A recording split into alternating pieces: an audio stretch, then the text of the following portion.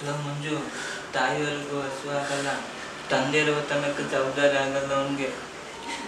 ಅವ್ರನ್ನ ನಾವು ಚೆನ್ನಾಗಿ ನೋಡ್ಕೋಬೇಕು ಕಣೋ. ಹೌದು ಮಣಿ, ನಿಜವಾಗ್ಲೂ ನಾನು ತುಂಬ ತಪ್ಪು ಮಾಡ್ಬಿಟ್ಟೆ. ನನ್ನ ತಾಯಿ ನನ್ನ ಮೇಲೆ ಸ್ವಲ್ಪ ರೇಗ್ತಾ ಇದ್ರು,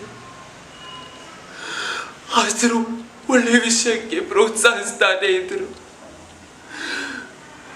ನಾನು ಅವನ್ನ ತಪ್ಪು ತಿಳ್ಕೊಂಡ್ಬಿಟ್ಟೆ. ನಾನು ಇದ್ದಿದ್ದ ರೂಮ್ಗೇನೆ ಊಟನ ತಂದು ಕೊಡ್ತಾ ಇದ್ರು, ಆದ್ರೂ ನಾನು ಅವ್ರ ಮೇಲೆ ರೇಗ್ತಾ ಇದ್ದೆ.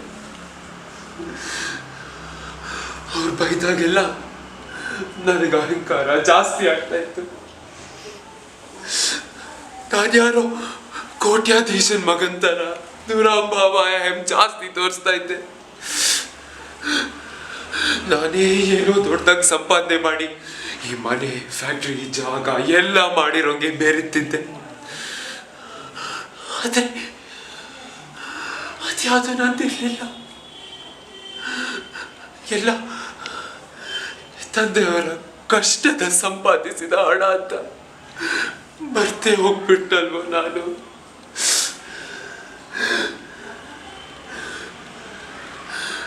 ದೂರದ ಅಕ್ಕ ಭಾವ ನನಗೆ ಪ್ರೀತಿ, ಸಹಾಯ ಎಲ್ಲ ತೋರಿಸ್ತಾ ಇದ್ರು, ಆದ್ರೂ ಅವ್ರು ನಾನು ನೆಗ್ಲೆಕ್ಟ್ ಮಾಡ್ಬಿಟ್ಟೆ.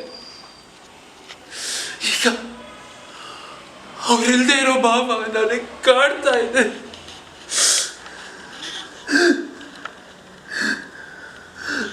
ತಂದೆ, ತಾಯಿ, ಅಕ್ಕ, ಭಾವ ಇವರೆಲ್ಲರೂ ಮಾತನ್ನ ನಾನು ಕೇಳದೆ ಇದ್ದಿದ್ರೆ ನಾನು ಕೆಟ್ಟವನಾಗ್ತಿರ್ಲಿಲ್ಲ,